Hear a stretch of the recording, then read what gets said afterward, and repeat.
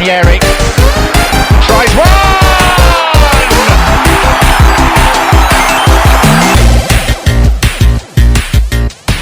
Is this the end for Bukayo Saka? Welcome in to Not That Kind of Gooner, an Arsenal podcast. As always, I am Sham. You can follow me on Twitter at Shamsdale. You can follow me on Blue Sky at shamsdale.bsky.social. And we're coming to you after, honestly, kind of an eventful week. You know, a lot of things have been happening. There's a lot of little bits and pieces in the news, too many for us to talk about in one pod, as we were just discussing offline. But welcome in. Thank you so much for being here with us. Lots to get to, and to get to those things with me, first of all, we've got Drew, who you can follow on Twitter at GeekyKid. Drew, also, and on Blue Sky at supplyanddemanddrew.bsky.social. Drew, how are you, my friend? Good. I enjoyed a day off of work today, so just relaxing as best I can. But yeah, good to be back with you guys again. I'm jealous. I've been getting work emails. Like I was supposed to have stopped working 3.5 hours ago, and I still keep getting work emails. So yeah, maybe I can't wait for Saturday. Anyway, we also have John, who you can follow at 305cast on Twitter and at yellowribbons.bsky.social on Blue Sky. John, how are you, good sir? Good. I did not have the day off work, and the toil never ends. What we'll be retired at some point or dead. You know, one of those two. Yeah, and maybe not mutually exclusive. yeah, I would like to have one before the other. Yeah.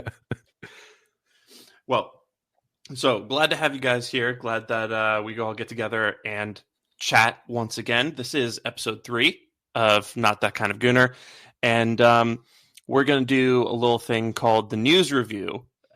So we'll get into that now.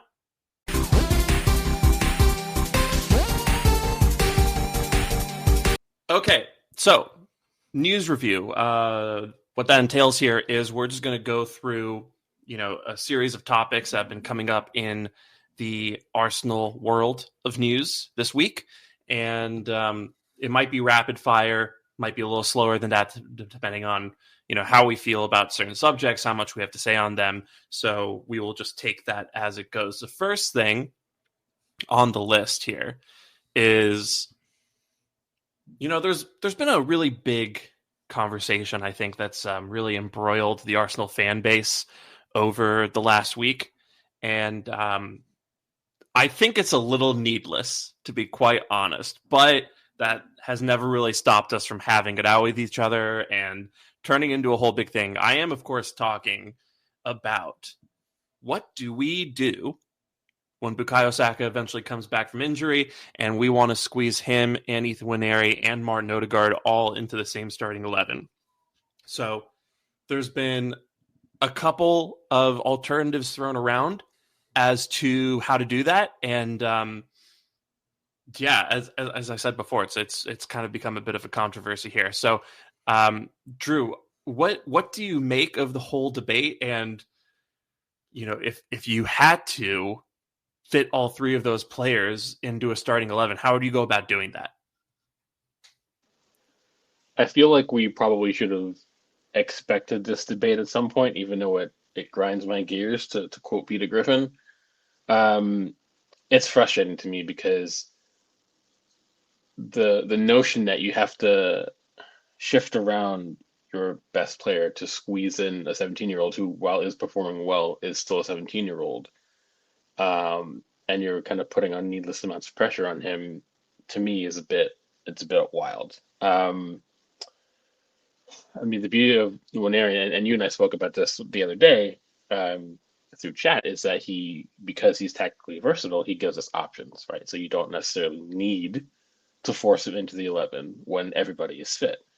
I think there's scope to suggest there's certain scenarios where you maybe could do that if you're, playing against a bottom half side where you're kind of expected to win, where you have to be less risk averse, maybe in central spaces, then maybe you can go for that. and play him and Odegaard together as dual eights with, one of Rice or Partey behind them. Maybe you think about that, when everyone comes back. But I just feel like like we talked about before, fans can't help themselves almost. And that's not to take away from fans wanting to dream, but also how quickly the conversation has changed over the course of, a month or two. A few well, not a few, quite a handful of very, very good performances from a young player does not automatically mean you have to force that conversation. I mean, he's 17, he's not 19 or 20. He's still developing as a footballer as well. So, yeah, if you don't handle those things correctly, you risk that development. So, yeah, I guess if I had to put myself to the fire and say how would I make it work, I think I kind of already said it before. I think that there's an avenue to play both he and Odegaard centrally with the six behind them. I mean, moving Saka is out of the question for me. When everybody's fit, you obviously know. I mean, it's going to be Saka and White. That partnership down that right hand side was so critical for us last season. When they're both fit, it's going to be just as critical again. Risking that doesn't make much sense. But obviously there's certain situations where we could play both of them along with Odegaard and really maximize the amount of individual creativity we have, and the amount of interchanging play between those three would be great to see. But yeah, it's just we should be having this conversation just right now. Yeah, I think that bit about Saka being asked to move positions is what really gets me about this whole thing. Like Saka's one of the best right wingers in the world, especially now that Mitch McConnell's retiring. That was a little, yes, right wing joke. Jesus. But yeah, he is one of the best in that position. I would put him right behind Salah, basically. If you want to turn this into a conversation, including Rodrigo as well, maybe Ousmane Dembele, sure. But I think Saka currently is number 2 on that list. And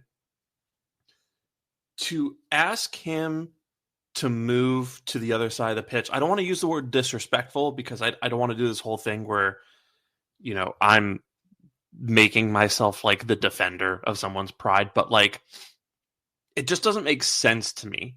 Like I'm one of those people who, one of my principles in football is that you play your best players in their best positions and then you figure it out around them, right?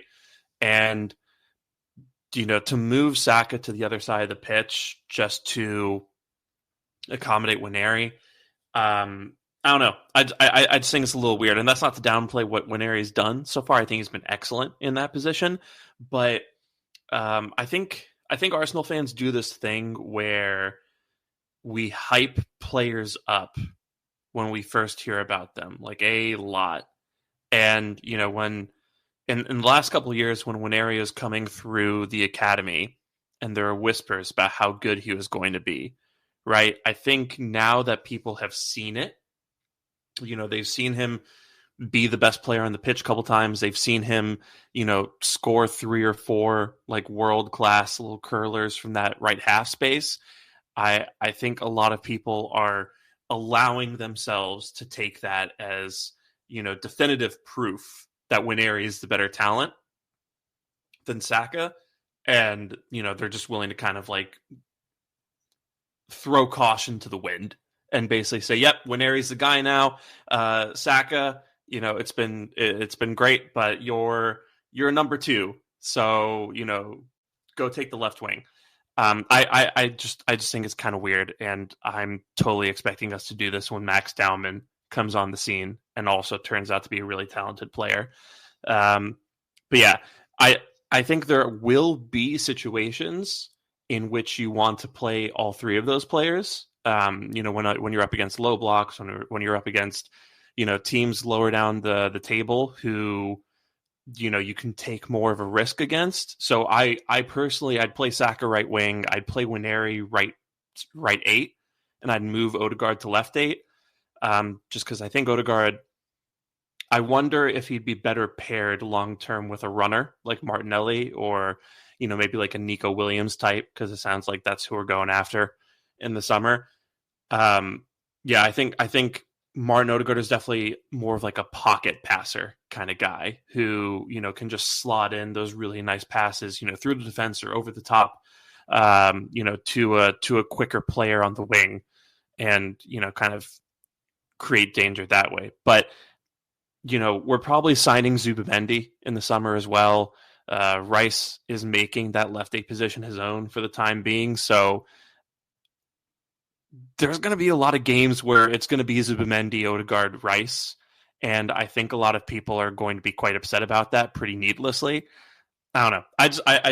I've rambled on a little bit here, but I just think it's one of those things where this is part and parcel of being a good team. You're going to have a lot of talented players for limited spots. So, but yeah, John, I'll let you come in on this. How do you feel about the whole thing? So, as I said before, I'm kind of not focused on a lot of the dialogue that's going on, on the internet about this stuff. So I am learning about a lot of what's going on there, what people are saying, and I will have to say a few things. So, the first one is we need to make sure that Saka is ready to come back. All right, we don't know what a post-surgery Saka is going to look like, right? And I know people probably don't want to hear that, but the reality is it was a big injury. It was one of the worst he's had in his career, and now there's a lot of question marks about him coming back. I think he has the mentality to do it. I think we have the resources to make sure that it's facilitated in the right way. And I think we have the wherewithal and now the backup in Nwaneri that it's not an imperative thing that he is immediately rushed back to play. So I think that is all positives positives insofar as that we have backup, negative insofar as there's still a question mark about what a post-injury Saka looks like. Sometimes players come back from injury and they look better than they did before, and that might be the case. So I think we need to kind of be modest about our pretensions about with respect to what to expect immediately when Saka is ready to be in the starting 11. Now, let's assume, for the sake of the conversation, that he comes back either better, or let's even more for this conversation, say that he comes back at the level that he was at before he got injured. Okay, now it's a little bit of a different conversation because that's more, I think, what we're talking about here. So Saka's back. He's firing the way that he was before. Do we switch Nwaneri out, Nwaneri out somewhere else to make room for Saka? 100% yes, in my opinion. I think Saka absolutely is our right wing, our starting right winger. And if he's at the level he was before, listen, I think Nwaneri has been very exciting. He's an amazing talent. I think maybe there's an argument there, but he has not. Saka has almost single-handedly in occasions dragged the entire team through seasons, and not just across the Premier League. We're talking multiple different competitions. That is absolutely relevant, and I think credit to Nwaneri. He stepped up big when we needed him to, but like I said, we need to be modest about our pretensions with respect to not only what Saka can come back with, but if he does come back, what we expect from Nwaneri, who is a teenager, right? So I think that's all things that need to go into this analysis here. And I think you really can't toss Saka aside. It's almost kind of crazy that it's even being suggested that you toss Saka aside if he comes back the way that he was before he got injured. Not when he was leading up to the injury and he was obviously run ragged and things like that. I'm talking about, I think everyone knows what I'm talking about, the Saka that I'm talking about. And that Saka is a world-class player that walks into almost every team in the world and at least challenges in every team in the world, regardless of whether he immediately walks into that position. Is he talented enough to go somewhere else? And if we need him, yeah, but I don't think that that's the solution. I think we wanted a backup that has the ability to step up and perform big and actually give a reasonable rest to Saka when he needs it, especially when he's recovering from injury now. And that's what we have in Nwaneri. And we also wanted someone that maybe wouldn't feel the absolute pressure or desire, maybe not desire or pressure, but wouldn't think that he is owed something on that right wing, versus if we had signed a player and paid big money for a player that fills in that role, because that was very difficult. Obviously we got Sterling and that is what it is. But I think when you're looking at how do we move forward with with that right wing once Saka is actually fully fit. I think Nwaneri has to be just a backup right now. I'm not. I know that's probably an unpopular opinion because he's the new shiny thing and he's absolutely fantastic, and I would love to see him involved more. But there's going to be a lot of football to play next season as well, and the rest of this season. So again, injury, managing Saka, the uncertainty about what he's going to look like post-injury. I feel like saying we need to make a definitive decision on where Nwaneri is going to be is a little premature. I don't think it's a ripe conversation. Obviously, it's a great conversation, but I don't think it's right to be made for a final decision to be made right now. There's a lot of variables that need to be ironed out first, as I kind of pointed them out. Yeah. I think we're all kind of in agreement here, where Saka's the guy. Saka's earned that right. Very much so. Yeah. Okay.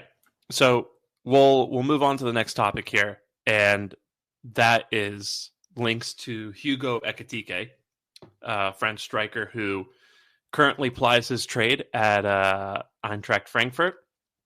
And I'm going to be honest, I don't know that much about Ekitike. I've watched him. I've watched some clips here and there of him. He strikes me a little bit as an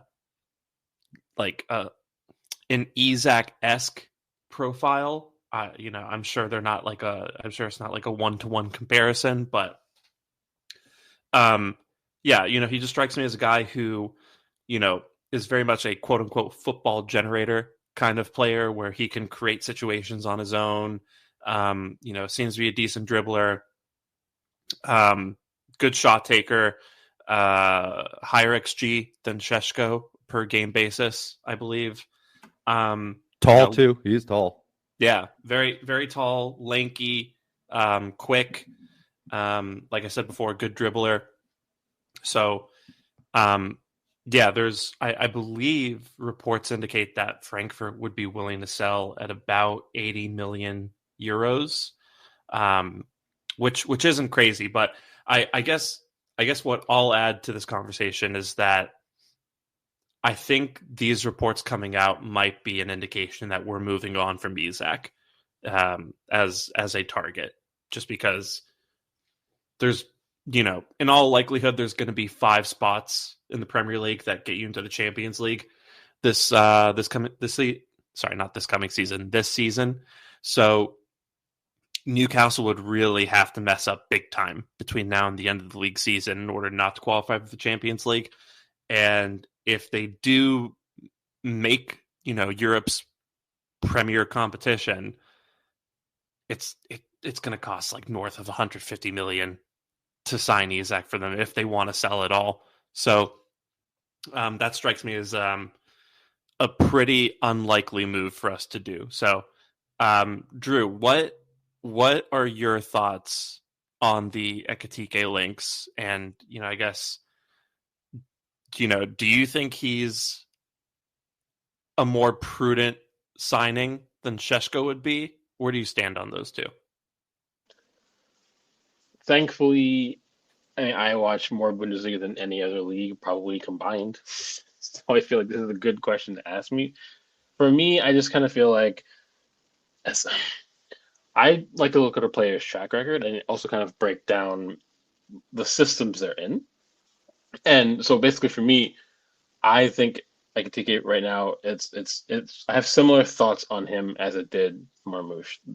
Both of them, and not just him, because Marmoush for the City, they're playing in a much better attacking system than RB Leipzig at currently. I mean, Frankfurt is they're only behind Bayern in goals in Bundesliga this season. And they play in a system that does the maximum at highlighting, getting the ball to the center forwards, getting them into scoring positions, which is not something that we are predicated on doing collectively right now. We're more of a goals by committee kind of thing. I don't know if that'll change moving forward, but for me, Sesko still has the overall profile that I think we need. He's a better physical presence, which you're going to need in the Premier League for sure.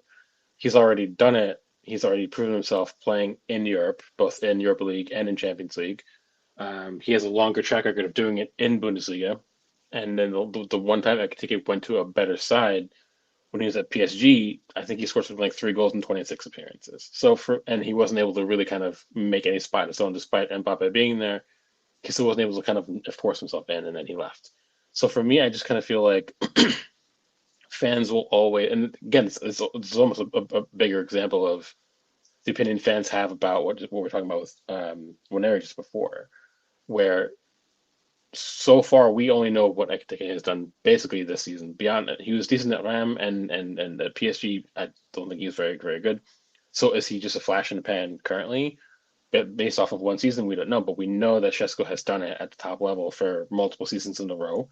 And I think if you look at it systemically, I think Sesko just makes more sense for us. He's also a better striker of the ball.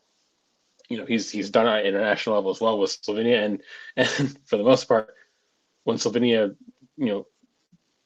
gets a result, gets a win, it's usually because of him, and he's almost kind of carrying like a national profile with him as well. So that's the kind of player I want for Arsenal. I don't know if I want, basically the chat I've seen is people trying to equate Ekitike as to Isak before he went to Newcastle. And I think maybe there's a conversation around that, sure. But I think we're at the iteration of our project as to where we need to get to signings that are as close to a sure thing as possible. And for me right now, I don't know if Ekitike is that. He's a talented player.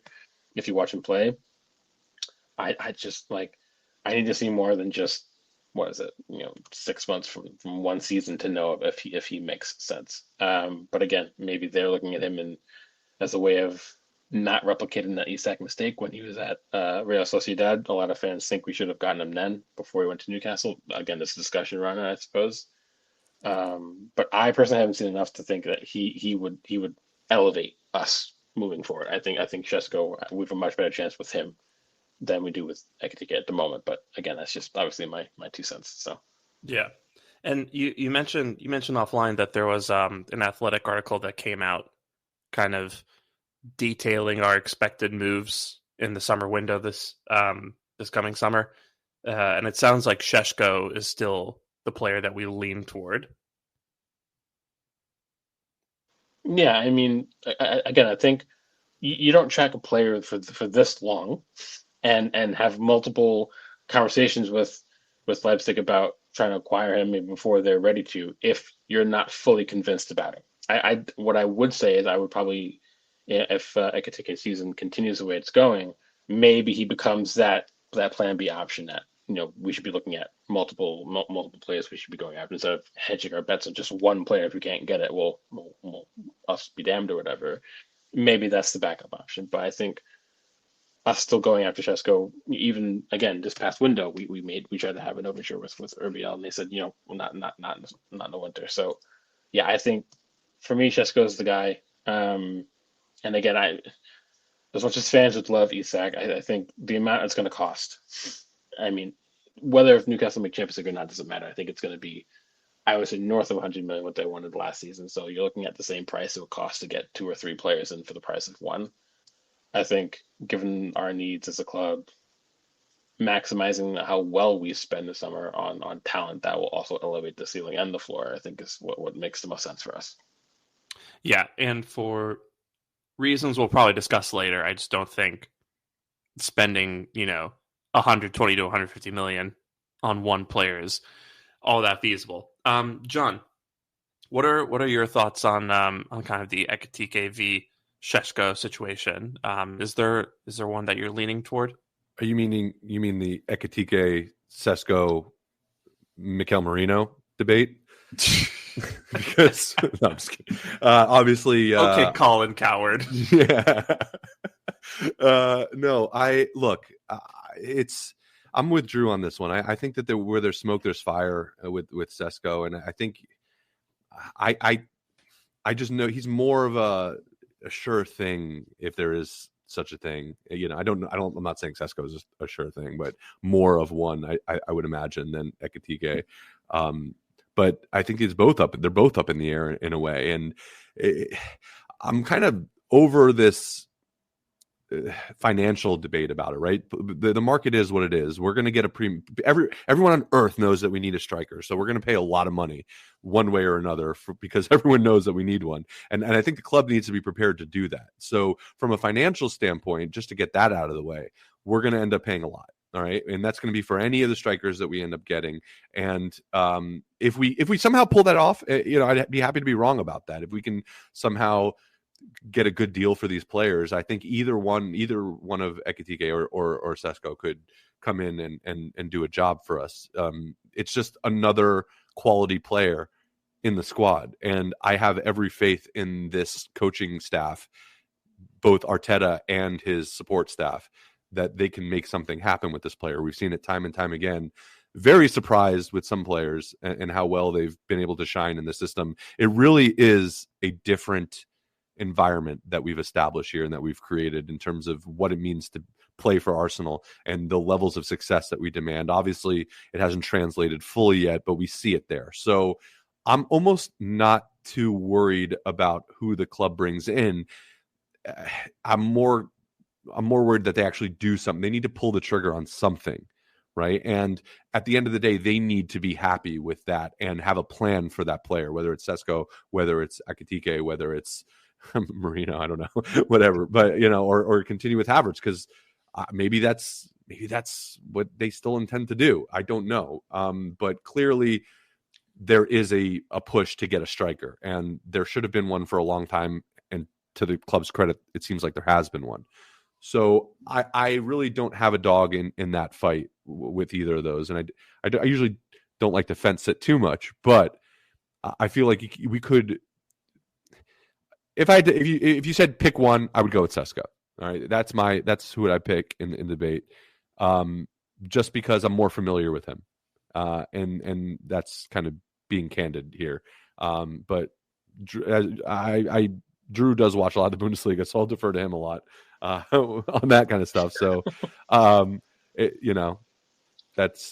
is what it is. I'm confident that I don't know why, but I'm confident that this team will make the right decision or make a decision that they think that is going to be the best interest of the club.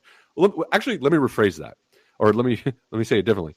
I hope that the club makes the right decision and that they have a plan here, because I thought that this summer and that didn't happen. So maybe fool me once, shame on me. Fool me twice, shame on you. I don't know. Whatever. Fool me once, shame on you. However that stupid saying goes. Point is, I'm tired of getting fooled is the point, Cam.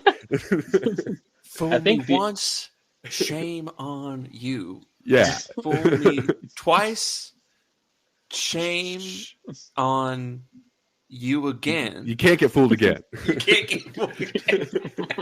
Until you can. Yeah, I think the other part of the question, I think, for me is Frankfurt want something like a shade under £70 million for a player who's having one good season. That, for me, also is just not smart business. If Leipzig are asking that same price for Sesko, I think it makes more sense, given his upward trajectory. Every year on year, he's gotten better from when he was at Salzburg. Going into Leipzig, he's become a better and better player and delivered in big moments and in different ways. So I think if we're talking about price factor as well, paying, and basically what you're saying is that Ekitike would cost the same, if not more, than Sesko, and that to me doesn't even make logical sense for us to go into the market with that kind of logic. So, I think that's one to throw that in there real fast as well. Benjamin Sesko, Mikel Merino is here. We're all good. Yeah, exactly. We're all set in the striker department between Kai Havertz and Mikel Merino. But yeah, and Gabriel Jesus coming back, who's going to start every game next season probably, because that's what's going to end up happening. And that would be a miracle. I find myself leaning towards Sesko too.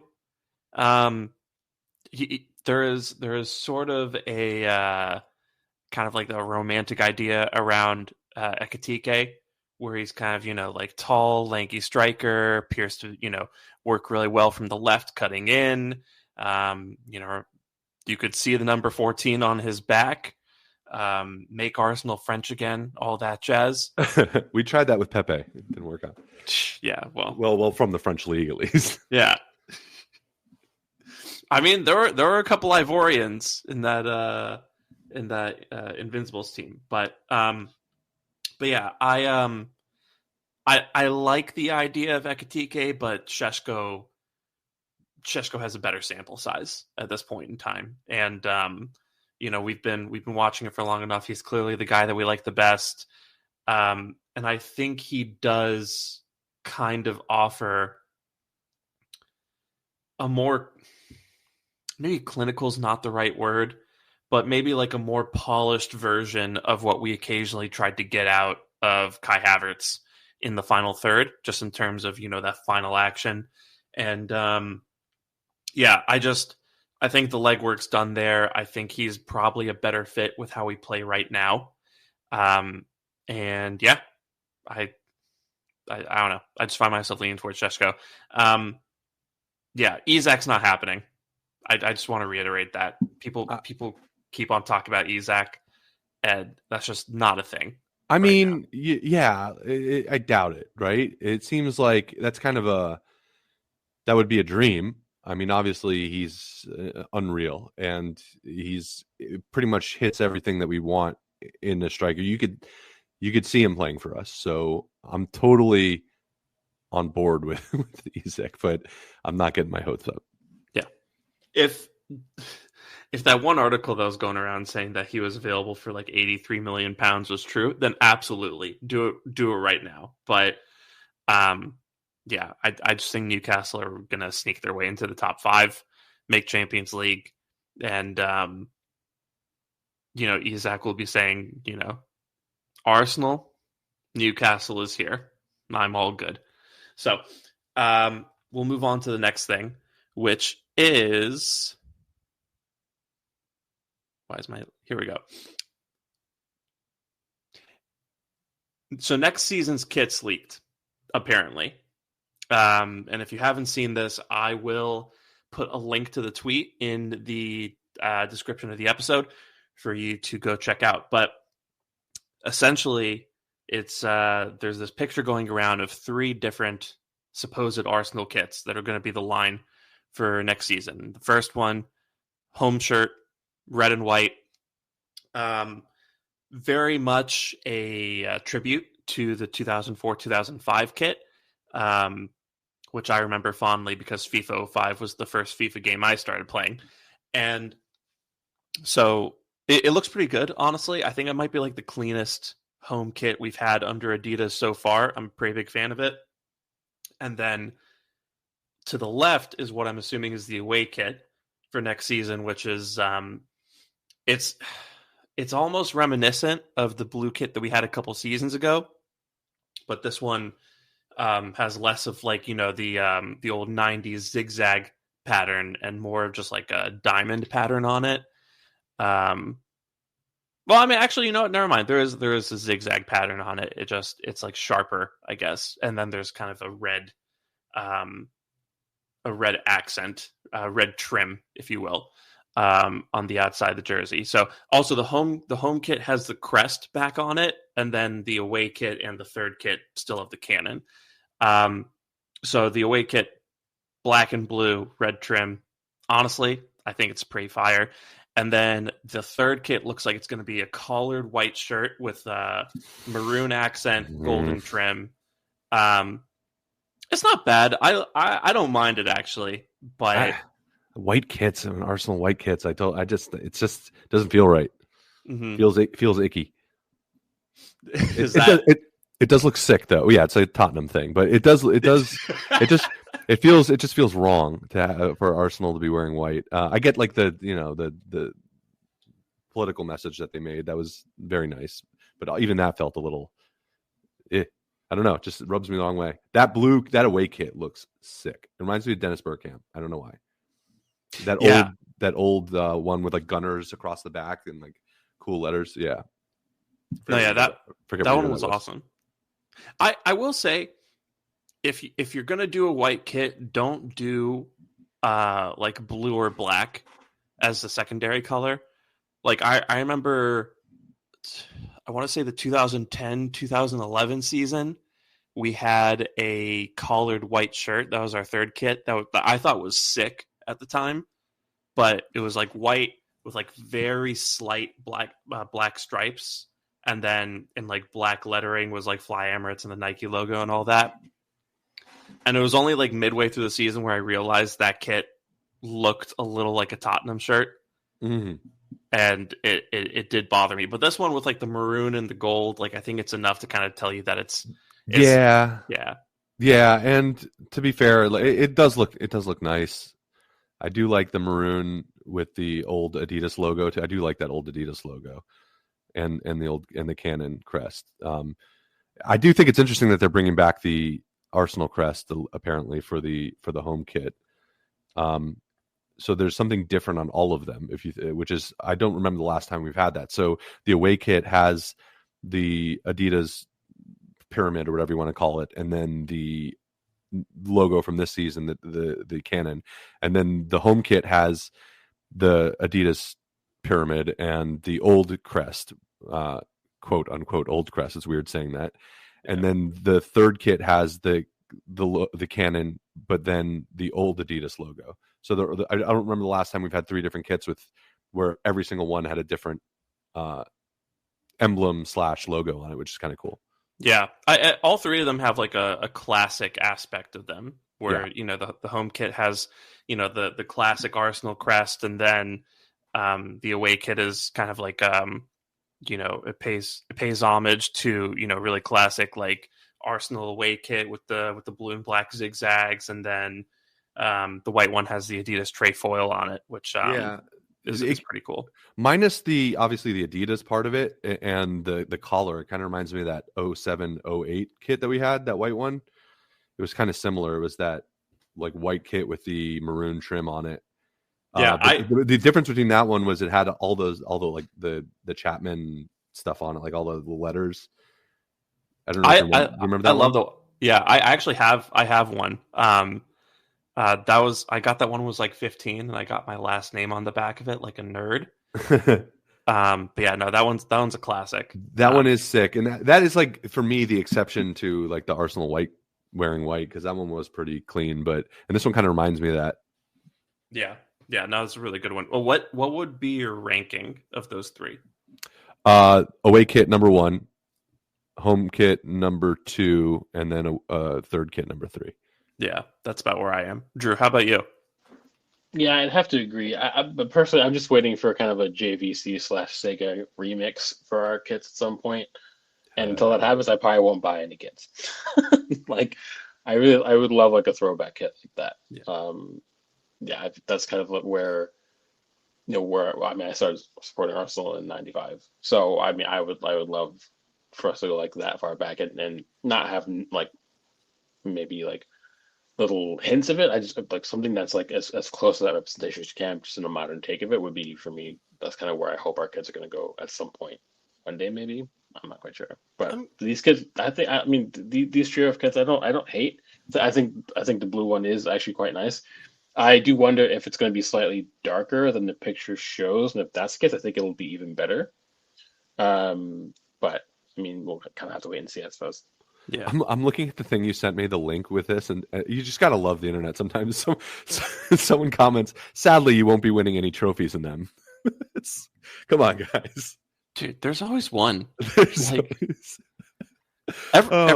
every once in a while, I'll tweet something that like I'm not talking about anyone other than Arsenal in that moment, and then like some random fan from like it'll be like a Liverpool or United fan will be like, like you're not winning trophies this year, cry more, and I'll be like, well, ironically, this is from someone with THFC in their user handle, so I don't know why a Tottenham fan is talking about winning trophies. So maybe sit this one out, friend.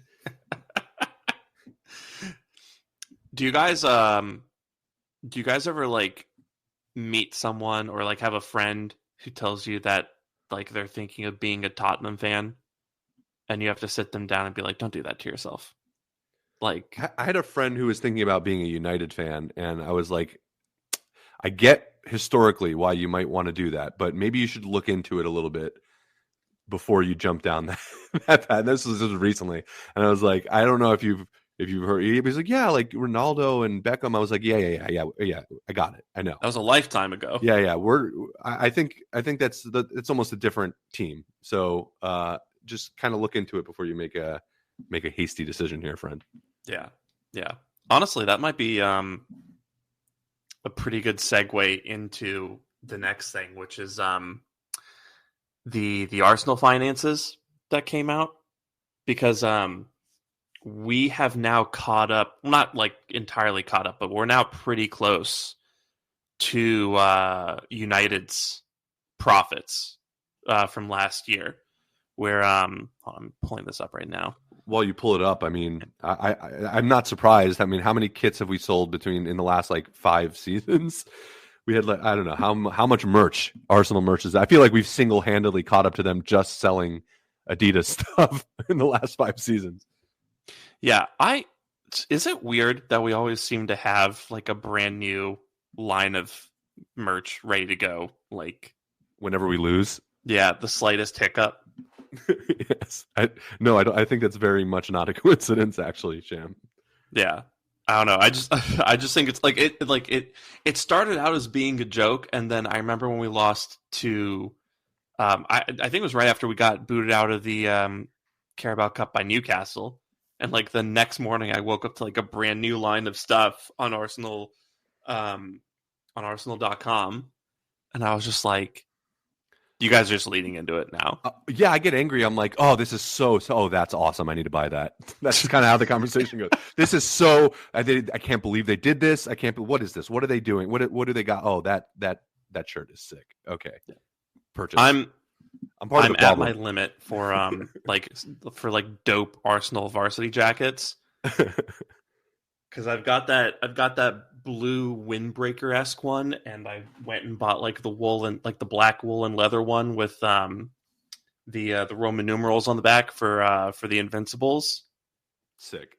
And after that, I was like, well, I spent about $350 on these, so we're not buying clothes for a little while. Yeah. Sorry, puppies, you don't have food for a month. You're gonna be eating rice with me. There goes the puppy fund. Well, I can't find the exact number for United, but our revenue actually was a record from the 23-24 season, which was £616.6 million. And considering in 2023 we made £466.7 million, we're talking about almost like a £150 million jump in revenue, which I think is honestly kind of insane. So the revenue went up by about 32%. Wages for last year were $328 million. That was up 40%. Underlying loss was up $50 million. That's a 30% increase. Player sale profits was up $51 million for a 376% increase. I think that's a little damning, honestly. Interest costs went up by almost 200%. Player purchases were $256 million. Player sales were $66 million. And our borrowing from KSC was about £80 million. And for all of that, we posted a loss of £17.7 million, which is better than we did before, which is $52.1 million in 2023. So a lot of numbers, but basically what I take from it is elite level football is not a thing you go into if you want to make money, to be quite honest. We're pulling in more money than ever before, but it's flying right back out the door, mostly to pay for player salaries, and then there's upkeep on top of that. It does really contextualize for me the decisions that we've made in the market over the last few months, where I think we've really settled into this pattern of, we'll have one big summer window and then we'll stay fairly quiet for a little while. And I think this summer is probably going to be the next big summer window. And then after that, with the team being mostly set, I think we'll stay quiet again, make a couple additions here and there. But mostly it's just, offsetting departures instead of, really buying big and taking the team to the next level. And I think that is kind of contextualized by these numbers because, not only are we, just paying a fortune for player salaries, but on top of that, just the price of players keeps on going up, and the expenses around signing players and the interest rates for borrowing are going up, and it sounds like that's where a lot of the money that we use to sign players is coming directly from owner injection into the club. So I kind of find myself wondering, and this is definitely a conversation for maybe sometime in the summer when there's more time to really pull this out into a full pod. But it kind of makes me wonder if we're reaching kind of a what's what I'm looking for, a breaking point in the financial landscape of professional football, where you have the PSR rules and you have these APT rules that are getting invalidated and then getting redrafted and revoted on, and you have player salaries and player costs and signing fees like going more and more up every single summer. I just wonder if eventually we're just going to hit a point where clubs just refuse to match those demands and let players figure it out, or kind of force a market where players have to settle for maybe less money than they think they should be getting. But John, I'll turn this over to you. What is there anything that you're taking in particular from the release of the financial statements? So I looked at them, and I think when you're kind of analyzing these, it's especially with what's going on with Manchester City and with these financial fair play rules, it's kind of hard to contextualize them against. I think you mentioned the landscape of top level professional football here, and especially in the Premier League, there's a lot. I think there's going to be some flux, and I have no basis to say that's just a gut feeling that I have with respect to how teams operate, especially from a player perspective. I think that what we do really well, I think, is the sponsorships and the and match day revenue, things like that. That's always fairly solid for us. But I think when it comes to negotiating out these contracts, player sales particularly, you touched on it, but I think that's an area that I think needs a lot of improvement. And we were hoping to start seeing that. And then again, it's like this, Edu just leaving. So now that's a little bit up in flux how we start approaching that. It's gonna be interesting to see, especially with the pressure on us potentially not getting silverware, with bigger players looking to leave. Maybe, touch wood, hopefully that's not the case. But I think that there's going to come, at least in the next season or two, that player sales figure is going to be something to keep a very close eye on. Because we do have, maybe there was times when we were able to get rid of some of the dead weight and things like that, and we got some good deals here. I know like Smith Rowe is a great deal, things, players like that. But we got some serious assets, and I don't like to call them assets because it makes it like dehumanizing. But that's the way the club's going to look at them from a dollars and cents perspective. They're going to look at them as an asset. Right now, they're a liability. An asset that they have to pay money to keep, but eventually they're going to want to try to get some kind of a return on their investment, and hopefully they can make some kind of a profit on a lot of the sales, because there's a lot of value in this squad right now. So that's going to be interesting to see going forward. And I preface this by talking about the context of financial fair play rules and how that being in flux. I'm wondering if what I'm hoping doesn't happen is we come in too late to the party, right? When we finally have all of these players that we have ability to sell for massive money, and we're hamstrung by the ability to do so because they changed the rules or something like that. I'm hoping that's not the case. I don't have any reason to believe that's the case, but it is this flux in that particular area of football right now that I think is something to keep an eye on. Yeah. They'll I don't know. It's just it'll be interesting to see. And in terms of the sales aspect of it, I think last summer obviously we had some players who we were able to make some money off of, especially in the cases of Smith Rowe and Nketiah, two guys who came out of the academy, so that's 100% profit. This season, I think Zinchenko will probably be sold. Sambi, Kivior, who else? Who am I forgetting here? Maybe Gabriel Jesus. I don't know what's his contract situation. I don't even remember, but maybe, but I don't think anyone's going to come in and try to sign him while he's injured. I have a sneaking suspicion that Martinelli, I don't think it'll be this summer, but I think within the next 1 to 2 years, I think Martinelli is a sale that we're going to make. But yeah, there's a couple guys that we can let go and make some money off of, but I think it's definitely going to be a little bit of a downturn in terms of player profits from last season. And then you have Partey and Jorginho leaving for free, getting off the wage bill. So Partey, especially off the wage bill, I think will be really helpful for us. Drew, you got any thoughts on the financial statements? I mean, I think it just shows that incremental growth that we kind of wanted to see coming out of, everything happened with, Relos and Yehi and that kind of, small, dark splotch on the club's history, we'll call it. But I do think it does show that despite fan angst over recent seasons, that we're still in really good hands with KSE.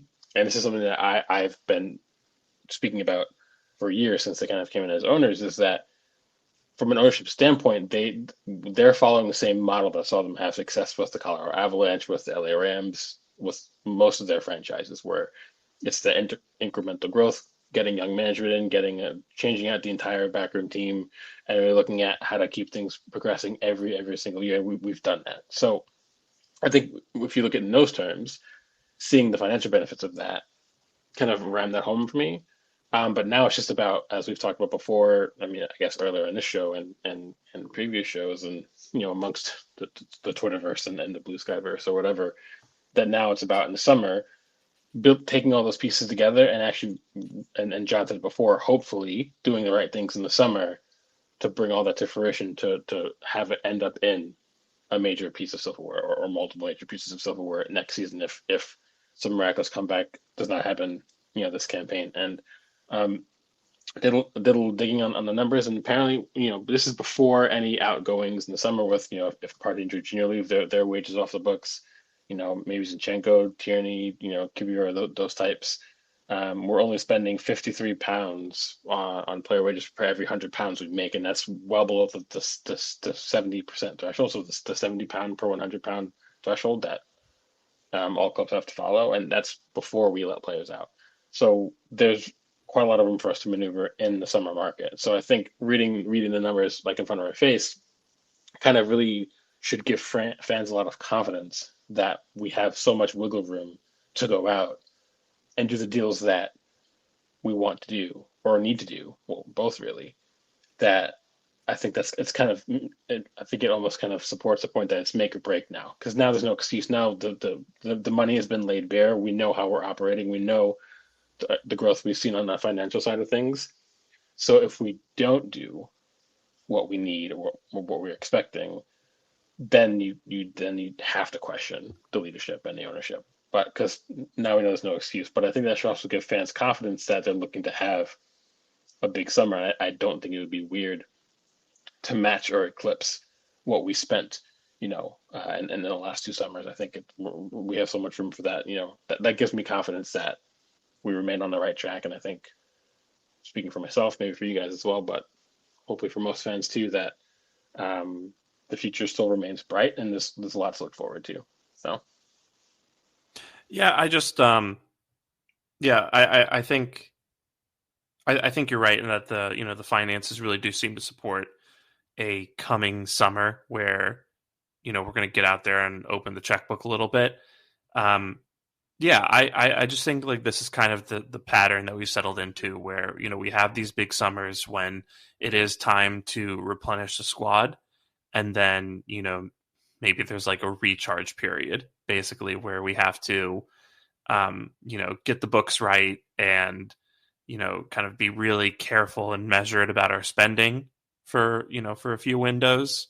And then, kind of get that wiggle room back PSR wise, spending restrictions wise, wages wise, and then we can go again and make those big acquisitions that we need to make. We are running low on time, so we'll move on to the next thing, which is maybe the one I'm most curious about. So, as it stands currently in the Champions League, our opponent in the round of 16 is going to be either PSV or Feyenoord. So it's going to be a trip to the Netherlands either way. And reportedly, Robin van Persie has just signed on to become Feyenoord's manager. So I personally think it would be interesting. I also think it would be an easier time for us if we were to play Feyenoord in the round of 16. Honestly, I think the entire Emirates booing Van Persie in the first few minutes of the game, that would hit like 14 shots of espresso for me. Honestly, I'm so here for that. But what do you guys think in terms of which of those teams you'd prefer to play? Would you want the potential to dunk on Van Persie like we dunked on Van Nistelrooy last season, or do you want to play PSV again? No, I mean I want to dunk on Van Persie so hard it's unreal.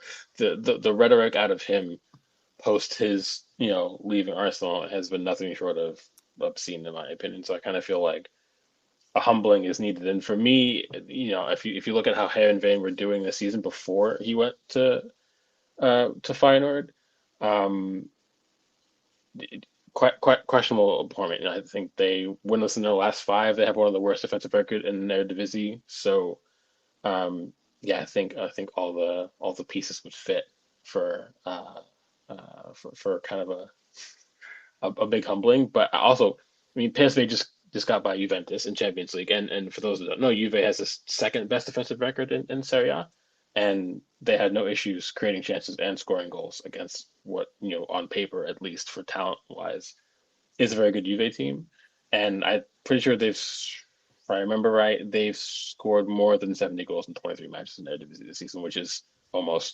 it's over 20 more than Ajax, who were the second highest scoring team with only 49. So they're good. PSV are actually a very good team. They don't have obviously the gravitas as some other opponents we could have gotten, and maybe we'll guarantee to get in the quarterfinals if we do go that far. But they cannot be underestimated. And getting past Juve should be a warning sign because Juve have had not the greatest season this year. Up and down, they've been better of late, but getting just watch back the highlights, I guess from yesterday. PSV would give us a lot of problems for sure, unless we're fully fit, which we won't be. That's a matchup I don't want. But I think even in our current iteration with the questions around the squad, I think we could handle Feyenoord relatively comfortably. But again, the quarterfinal matches will be interesting. It's Real Madrid, Atletico Madrid, Bayern Munich, or Bayer Leverkusen would be one of the four sides we would be getting. I think the draw tomorrow narrows that down, so that could be an interesting one as well. But for this one, it's got to be Feyenoord. It's got to be against Van Persie. We got to absolutely slap him around the place. And I don't want him booed just in the first few minutes. I want just constant boos for the 90 minutes at the Emirates. It's got to be. It has to be. So yeah, that for me would be my choice. Yeah, I mean, I do think it's important to stress that none of these teams are going to be pushovers, right? Honestly, it's been a really strong Champions League. I had my doubts about the format, but especially in the knockout or kind of in the qualification round for the round of 16, that the rest of the table had to play in. There were some upsets, right? PSV got past Juventus, Feyenoord got past AC Milan, Celtic were minutes away from knocking out Bayern, or at least taking them to penalties. Extra time. So, I think the teams in there right now are all really strong in their own right, and we're going to come into this game somewhat depleted. So, I mean, that being said, I still think we should win, and I still want to crash it in on Van Persie's head. But, yeah, I think that's important to keep in mind. John, are you also down to clown on Van Persie? 100%.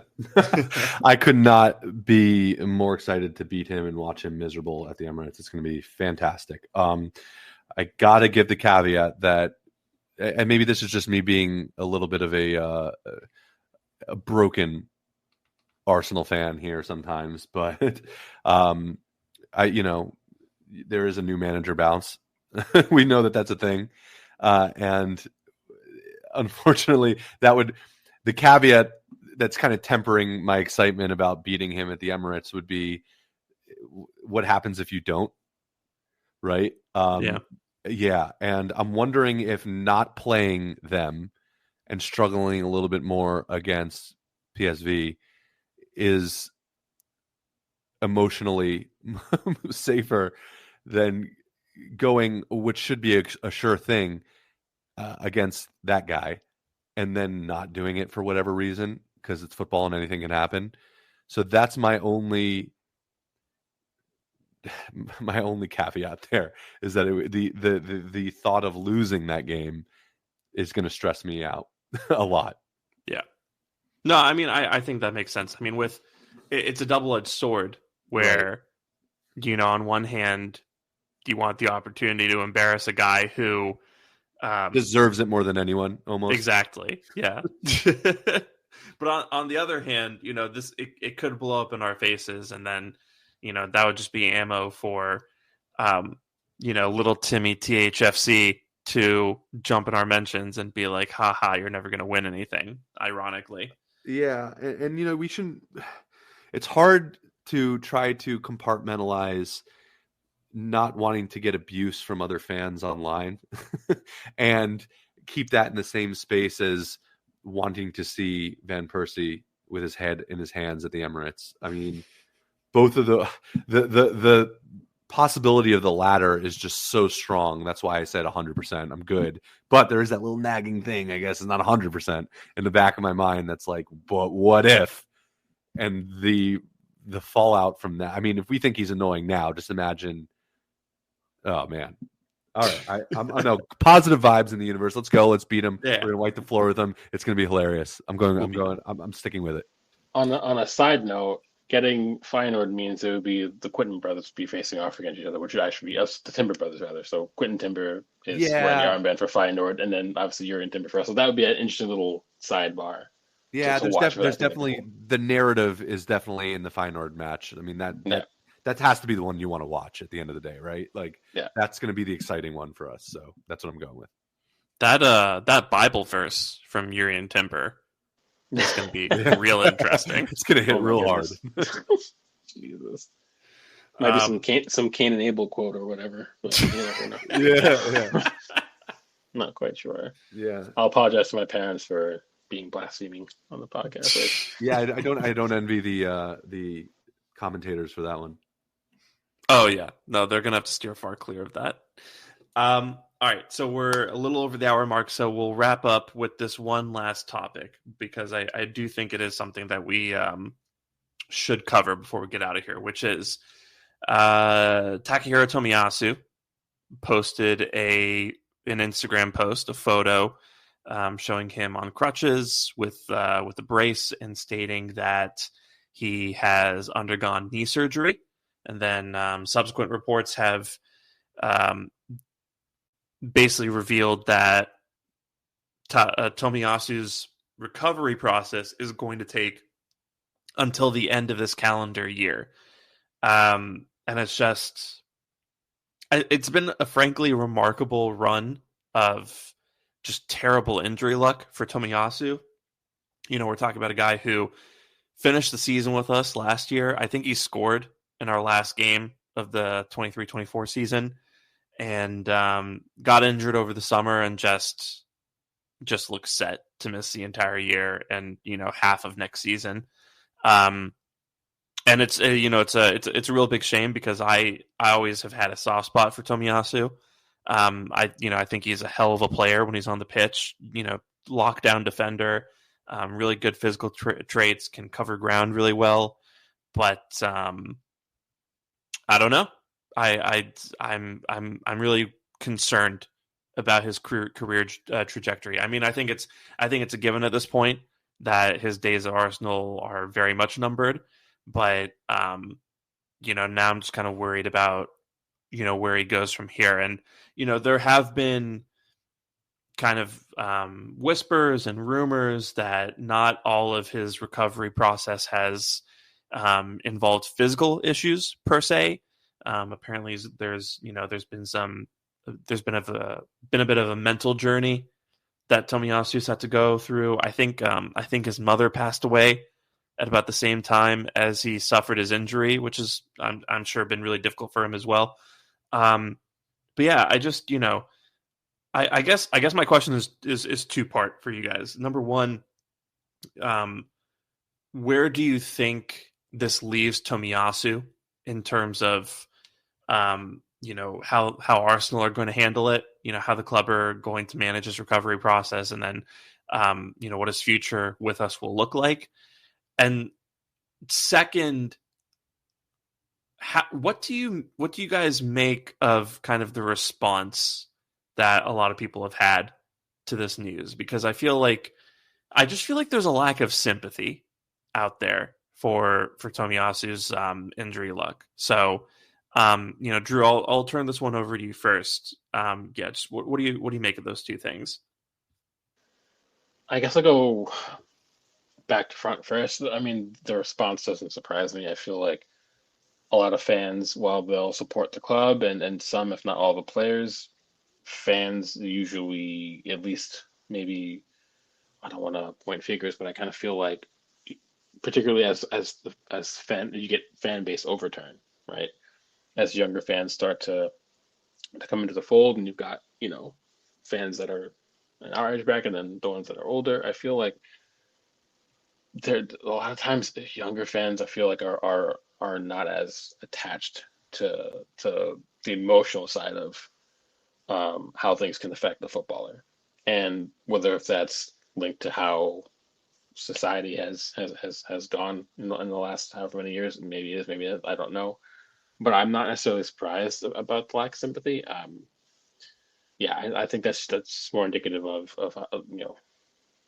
how people view footballers or athletes in general, which are assets that can either help your team win or cause your team to lose, and there's less attachment and less understanding of the fact that they're human still, which is why I get so frustrated when fans just expect players to suffer through weekly like racist abuse and the toll that can put on your mentals, and fans just expect you to get on with it, or the fact that fans don't understand that a lot of athletes actually deal with anxiety and depression, and they think they shouldn't have to be suffer through it because they make X amount of pounds or dollars or euro or whatever, and what do you have to worry about? You're a millionaire, you're famous or whatever, and it's not always that simple. And as someone who suffered two really bad injuries during his playing career, I can tell you that when you suffer those, it actually does really screw with you mentally, like really badly. When you're not able to play, and for a lot of athletes, their biggest outlet to keep them,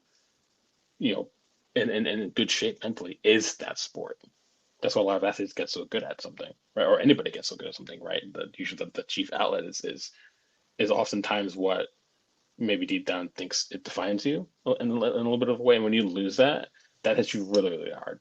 Yeah. So, and then on top of that, with his mother as well, like that's got to be, and it's no surprise that he would need like not just the physical management of coming back, but also the mental management of coming back. And I think fans need to have a little moment of pause and understanding that footballers and professional athletes are still human at the end of the day. They suffer with the same things that we suffer. It doesn't matter that they make way much more money than we ever will. That's irrelevant to me. And I think some more sympathy and care needs to be applied. And it frustrates me because Arsenal, to me, and one of the things I love about the club the most is that it's always been it goes against the grain a little bit about it. It's really tried to personalize things. And Wenger said, and during his reign, how it was important that every player knew that they could come to him. The door was always open. That it was more of a family environment. And I think fans have to also remember that that's part of what this club is truly about to its roots and has been for before we were even born, right? So, understanding that, really rebuying into that, and having a bit more sympathy for me, I think it's imperative, and it's disappointing to see some of those reactions for sure. Yeah. John said something earlier when you referred to players as assets, John, and you said you don't want to dehumanize them. I think that happens a lot in football, where players just forget, where people just forget that players are human beings, right? And I've always thought, whenever people complain about the wages that players get, obviously this is just coming off of a conversation about whether maybe they're too high these days, but I've always thought that the base reason why footballers are paid what they are in this day and age is just because of what's demanded of them physically and mentally, right? I mean, physically, you're putting your body through something that it's not really designed to do. Like, the amount of training, the amount of conditioning, the amount of discipline that you have to exercise in order to be able to, play for 90 minutes, 60 to 70 times a season, and train every single day for hours on end. And, you're putting your body through a lot, right? It's, just look at any player above the age of like 30, 31, 32. You reach your physical limit and you really put your body through a lot of hardship to the point where, when you retire, your body will have aged up to the point where you are going to be experiencing, discomfort and pain, decades earlier than you really should be, just because of the amount of stress that you put your body under as a professional athlete. And then kind of the other side of that is, what's demanded of you mentally and emotionally, where, you're expected to maintain an online presence and people can send you abuse whenever they want, through those online accounts. And, you don't have any privacy. You see your name come up in the news all the time. People judge you, based on like little nuggets of information here and there without having the whole picture.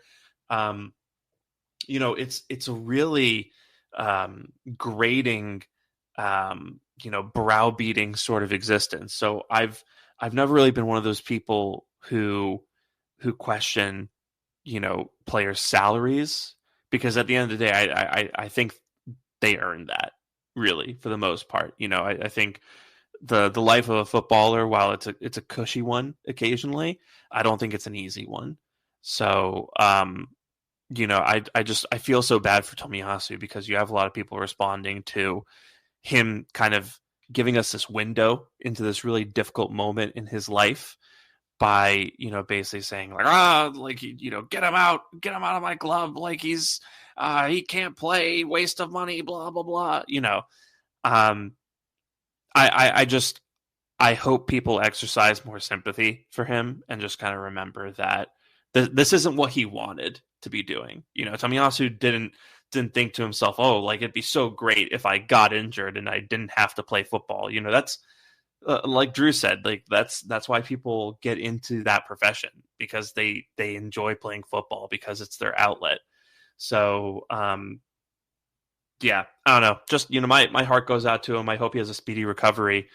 I don't know what the future holds for him at Arsenal. I'm guessing, we'll help him with his recovery process and then, kind of send him on his way, whether that's through his contract expiring or us finding him a buyer. But, he's always struck me as like a decent guy and a really good player. So, yeah, I hope he recovers and he's able to play again. But, John, I'll hand the floor over to you. What are your thoughts on kind of what Drew and I have been talking about here. No, I have nothing to add. I think you guys said it perfectly. I think that was very well said, and I agree. There's nothing I disagree with in anything you said. So I know that's not the most exciting thing to hear, but I mean, look, at the end of the day, it's true. You have to. These are human beings, and it's important to remember that. And they're doing something to entertain you. I mean, they're doing it to feed their families, and it's what they love as well. But at the end of the day, it's a piece of entertainment. That's what football is at its very core. I mean, there's a lot of things that it ends up being, but for the most part, it's something that you do to enjoy and pass the time. And I think when you turn it into something that more serious than that, which for a lot of people, including myself, it is, you're always going to run the risk of people taking it too far. And we saw it with Granit Xhaka. We saw it with countless players who received abuse over the years, and you could debate whether Xhaka deserved it or not. I don't think he did.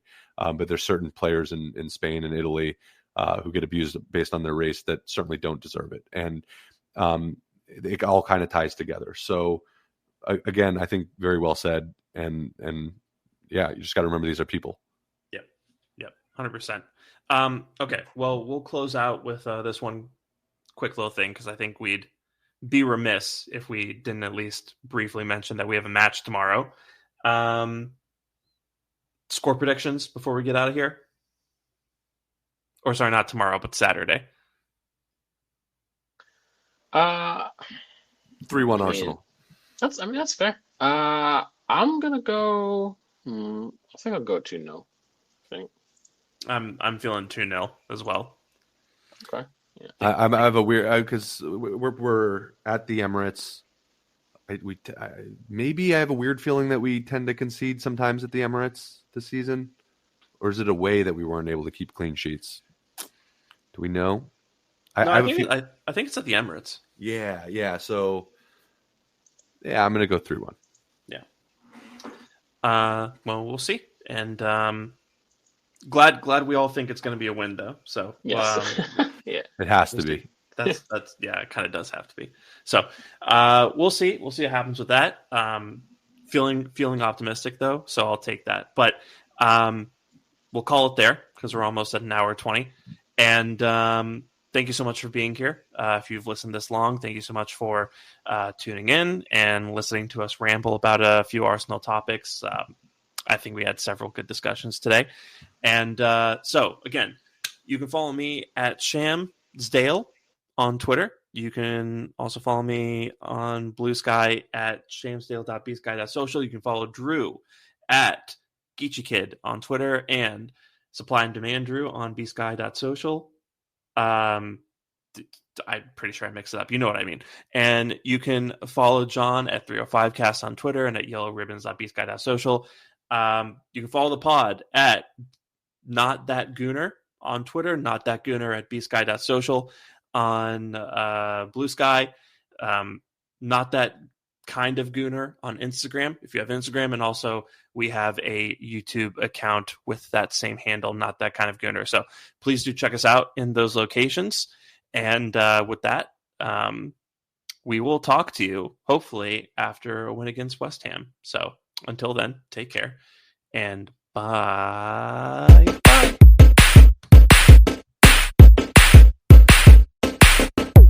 Secret Gooner. All right, I'm a Gooner. Oh, I love you!